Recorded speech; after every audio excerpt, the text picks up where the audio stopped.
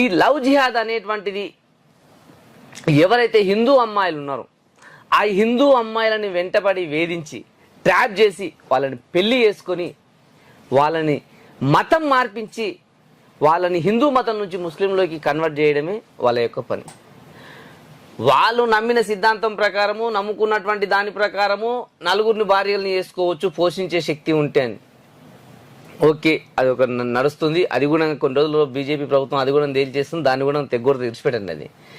కానీ వీళ్ళు వాళ్ళ మతానికి సంబంధించినటువంటి వ్యక్తులను నలుగురిని పెళ్లి చేసుకోవడంలో ఎటువంటి తప్పు లేదనేటువంటిది ఇప్పటికీ భారత రాజ్యాంగం అదే విధంగా ముందలు పోతుంది. ఇప్పుడు కూడా మనం ముందలు పోతూనే ఉన్నాం. గత 75 సంవత్సరాల నుంచి ఏం జరుగుతుంది అనేటువంటిది మన కళ్ళ ముందలు చూస్తున్నాం. గత 10 సంవత్సరాల నుంచి దేశంలో ఉన్నటువంటి ప్రతి వ్యక్తికి ఒకే దేశం, ఒకే శిక్ష, ఒకే మాట అనే విధంగా